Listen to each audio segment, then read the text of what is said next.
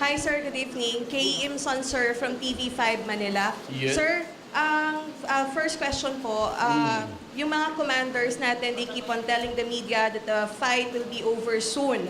And in fact, within the month daw po kaya. Sir, first, kaya po ba talaga within the month na matapos yung krisis sa Marawi? And second, ano sir yung standing order ninyo sa mga commanders sa ground, sir? Ganito yan, matagal na sanang tapos to. Kung military lang ang pag-usapan, fight, madali yung away. Bumbak-ibumbak ka lang dyan. Problem is yung the last stronghold, nagbibwak sila dyan sa isang mosque na malaki. Ayaw ko naman na wasakin na bombahin. Mahirap yan. That's a sacred place to the Islam believers at hindi maganda. Kaya sabi ko na basta kasi pagka winasak mo yan, you would have wounded the feelings of the entire Muslim world. Now remember that maraming Muslim naka-deploy, Pilipino, mga Muslim o karamihan Kristiyanos, they are deployed in the Middle East. And they number around, by now, 2.5 million. Kung ikaw ang presidente, anong gawin mo? Nandoon sila eh. So, and they are mostly in Muslim states. So, hindi ko basta-basta na lang. Then again, pag ginawa mo yan, o talagang pinilit mo, kung maari lang, na dahan-dahan lang, the moment kasi na mag-rush up yan, sila, away, ang mangyari niyan, yung bihag, talagang bihag, puputulan ng ulo yan, terorista to. Hindi naman ito matino na, man, that is not Islam. Ako ng Moro, kalukuhan yung gano'n na Islam. Gamitin mo ang pangalan ng Diyos. I'm not just start to behead. So how do I explain to the people? We could do that as a last resort, but it's a very horrendous thing to do. Ayaw ko kung kaya rin ng sundalo yan na pagpasok nila, puputulan lahat ng ulo yan. But ultimately, ang sundalo, mag-order lang. Ang magsunod ng order ay sinong di ako. Ako yung nag-declare ng martial law. Ako yung nagsabi sa kanila na pumunta kayo doon para magipag-away, masugatan, pati mamatay. Kaya ako sensitive sa issue na yan.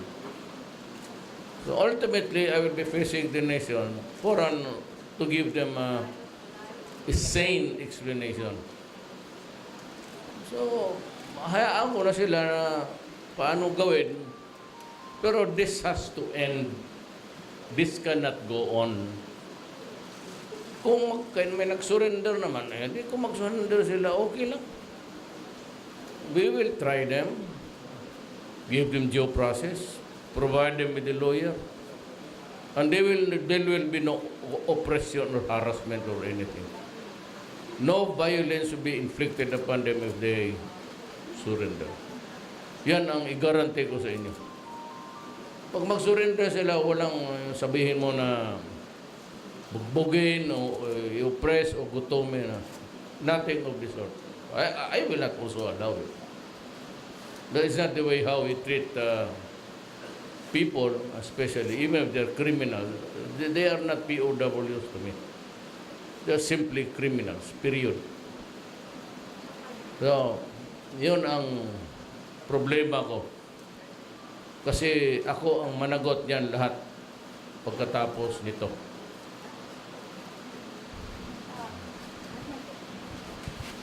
So, sir, with the situation now, kaya po ba siya, doable po ba within the month? I am not placing any timetable. Because pag sabi nila na, well, we need another 6 months, we'll just have to wait it out. If I can save one life there, I am willing to wait 1 year. Makalibre lang man ako ng isang buhay, di, trabaho ng sundalo yan. They just surround the place and camp there until kingdom come. If it could save a life. Pero kung wala na, I said this has to end, and I dread the day that it would come, then I must be prepared to explain to the Filipino nation what happened. Mayor President, good evening Yes. po. Si Ian Cruz po ng GMA7. Good evening din po sa mga sundalo nating mga bayani. Mayor, kanina po dun sa Mindanao Business Conference, may nabanggit po kayo na may ilalabas kayong bank account ni Senator Trillanes. Siya rin po yung gustong Yes, magpakita ng tattoo ni Yes, Vice Mayor Pulong. we'll show it. And of course, yung more than 200 consultants niya sa DAP. May kaso siya sa DAP. Abogado ako, just looking at it. Inubos niya sa pamigay. And he will have to answer also. Ano Saka po yung mga account niya na ang joint, ang kasama niya puro Chinese. Tapos pa ulit-ulit yung pangalan, but it's in Hong Kong, in Malaysia, then there's in Australia, and meron rin sa United States. Mayor, Just like him, nakuha, kung anong nakuha niyang basura, itong akin, hindi itong basura. Nandiyan ako sa gobyerno eh. So bakit ko kailangan ng basura? All I have to do is to get the goods on him. But matagal na yung hawa ko, but you know, medyo sumusobra na kasi. He has been at it against me, my son, and my family since election. Tapos na yung kampanya, I thought all the while na ganoon talaga politika. Pero ito, he's bent on destroying me. So I destroy him or he will destroy me. Ganun lang yan eh. Mayor, may mga nagsasabi naman po no, na hiniling daw ng pamilya Marcos yung pagdedeklara na maging holiday, yung birthday ni former President Marcos. Totoo po ba yun, sir? Yes. And I readily agreed. But what's wrong? He was a president. To the Ilocanos, he was the greatest president. Why do we have to debate on that? It's one day where they can celebrate the anniversary of a great Ilocano. As far as the Ilocanos is concerned, Marcos is a hero. Kaya to dwell on this thing for so long a time will just divide the nation. Yung North na puro Ilocano, galit yan. Akala mo yung mga yelo-yelo nila, walang nagagalit sa kanila. Galit yan sa puro. But itong mga Ilocano kasi, peace-loving eh. I can say that with the Cotabato migration ng Ilocano. They assimilate. Yung iba nag-asawa talaga ng Muslim. Either they become converts, balik Islam.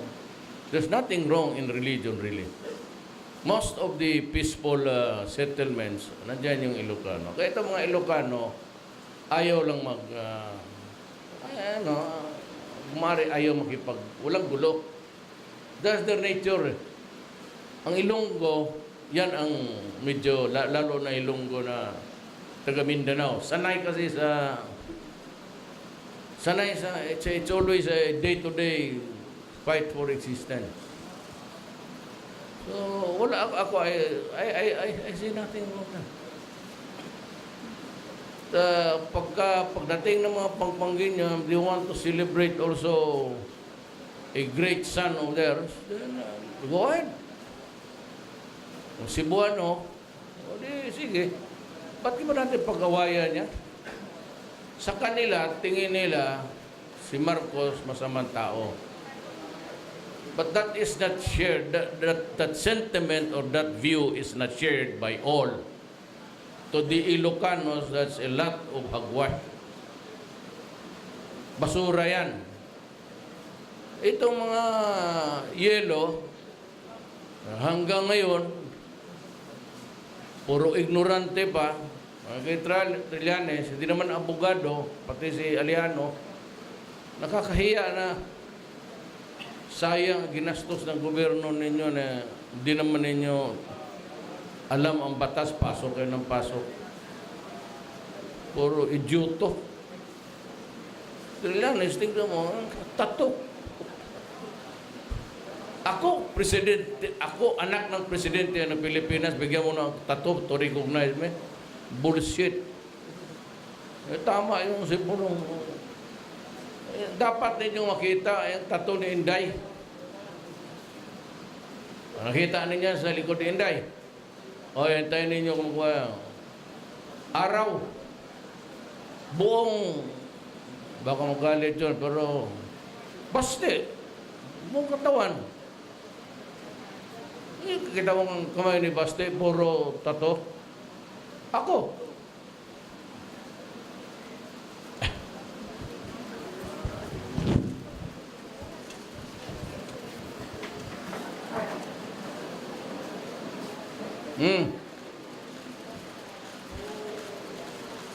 It's a rose.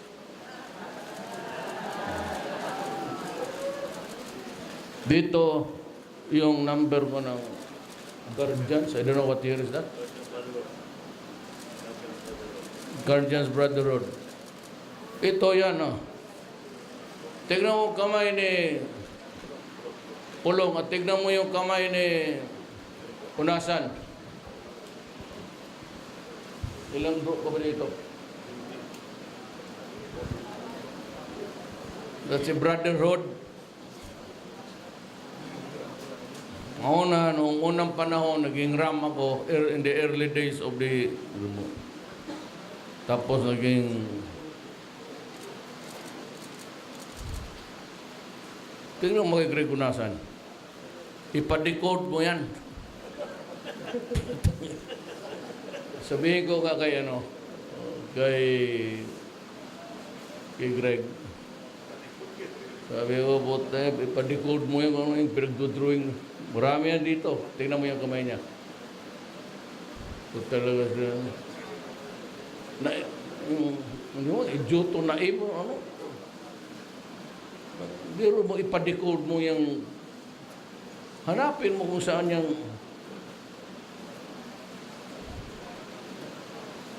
magano na issue, dadalhin mo doon sa Senado. You cheapen the institution. Gagamitin mo yung Senado ng mga gano'n, ng mga RC. Sabi, ito, tapos produce ka ng bangko. Eh, aking ka 200 million, hanggang hindi niya makita. 211 million sa eleksyon. Sabi ko nga, pag makita mo yan, kung totoo yan, mag-resign ako.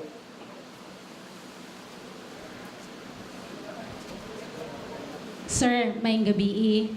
Ako si Divina Suson. I am writing for Davao Today. Is it true that former Mayor Omar Solitario negotiate or attempted to negotiate with Maote? Do you have any knowledge? No. Yes, he was commissioned by Doresa. It was with the acquiescence, not expressly, ni Secretary Lorenzana. Doresa and I, Lorenzana, had a talk and talk about the desire of Solitario to surrender because he found out that his name was on the list. Sabi niya, I'm better off working for you than putting me in prison. Then he proposed many things, mostly about talking peace to the Maotes or bargaining doon sa yung mga hostages. More ako doon sa release ng hostages. I confirm that it really happened. Aside from Mayor Solitario, sir, may iba pa bang emissary? I don't know what to, pero wala na. Wala akong kausap na iba. I only agreed to the suggestion of Doresa. It was the initiative of Secretary Doresa.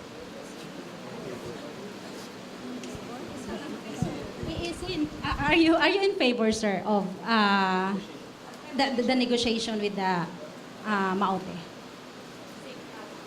They will be treated as criminals. If they surrender, they will be prosecuted. But they will be treated as human beings. If they choose to fight, then the state has the right to kill them. Simply they are rebelling. So with the NPAs. Kasi ang NPA hindi mo na kasi ngayon actively yung front nila, wala na silang tago-tago. Their meetings are in public. Hinayaan ko lang, sige. Pati yung liga nila, mga leftist organization, harap-harapan na nagkikipagkita na sila. Sabi ko, sige. Sabi ko, hayaan mo. But do not commit the mistake. Hindi ako nananakot. Do not commit the mistake of staging a rebellion. Yung sabihin mo na there's a fighting on the streets. I will not hesitate to impose martial law all throughout the country and order the arrest of everybody. Kaya may kampo ako o wala. Hindi ako nananakot. Pero gagamitin ko talaga ang armed forces pati police. Ayaw ko makipagpatayan, but if you do that, I will arrest all of you. All of you. Hindi ako nananakot. Sinasabi ko lang sa inyo yan. Huwag kayong magkamali. You can demonstrate sa streets the coming days. I am ordering the military to stay in the barracks, but be prepared. For what? Ang police, sabi ko, sa estasyon lang kayo, we just assign if you traffic policemen. But kung sabihin mo nila na mag-demonstrate sila, ganon, marami, okay, fine. Pababain ninyo lahat sa yung nasa bukid. I don't mind. But I will declare that day a holiday. No government time, stay at home. Mga estudyante, kung gusto ninyong sumali sa you are free. You can have the city, but do not create trouble. Yan lang talaga ang warning ko. Do not resort to distraction and trouble because I will order the military and the police to go against you. Pagdating niyan, ewan ko kung anong mangyari. Then, do not create trouble here. Alam ko yung mga legal nila na fronts, pati yung usap harap-harapan na, okay lang yan. Pero huwag kayong magkamali na magsunog dito, magbandalism. I will not accept it. Ang kaharap ninyo, baril. Sigurado yan. Sigurado niya, paglabas ng sundalo, pati pulis, baril ang kaharap ninyo. And if you want something to happen, let it happen. Para magkaalaman na ano ba talaga itong bayan natin. We want to destroy it? Fine. So we can start Let us go into spasm. Wala akong problema dyan. Pero ito eternally dito, ambos doon po, nauubos na yung sundalo ko, pati pulis. Raid ng mga estasyon dito. Wala man kayong estasyon, wala akong magantihan. Pero yan ang hinihintay ko. Yan talaga ang hinihintay ko. An overt act to destroy government. And I will decide kung hanggang tayo, saan tayo abot. I am prepared. I do not expect anything, but I am prepared for everything. Sir, President Gallardo, Mindanao, sir. Sir, in the future, in the near future, if maganda ang outcome, this is Marawi again, sir. Magandang outcome ng armed forces, ang victory in Marawi. Will you lead the raising of the flag just to signify the closure of the problem? And the second question, sir, kung yung si Omar kasi nag-ano siya na Maltese can leave the Marawi in exchange for the safe release ng hostage. Hindi masyado ko narinig, nagbabounce kasi sa ano ang statement niya. Kaya na, lady Actually, it was triggered daw by you, sabi nila, by your statement. Sabi ni Omar na, okay, safe passage for out ng Mauti and safe release. Iwanan na lang ang hostages sa Marawi. No way. So, No way. Sabi pa ni Pulong. Italianes, no way. So you will lead the raising of the flag at the... It's not a time for celebration. You do not celebrate because you killed a fellow Filipino. We will do it because we have to restore the dignity of the place. And aside from that, maybe I'll congratulate them, but that's all.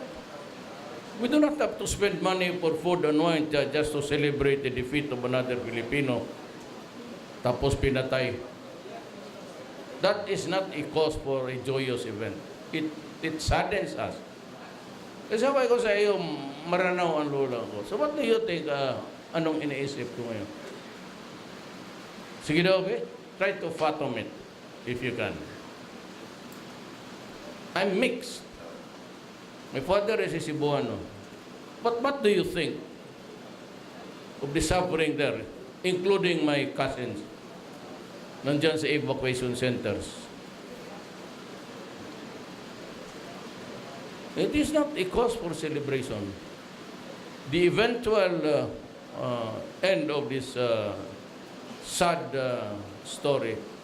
saga, that it will teach all of us.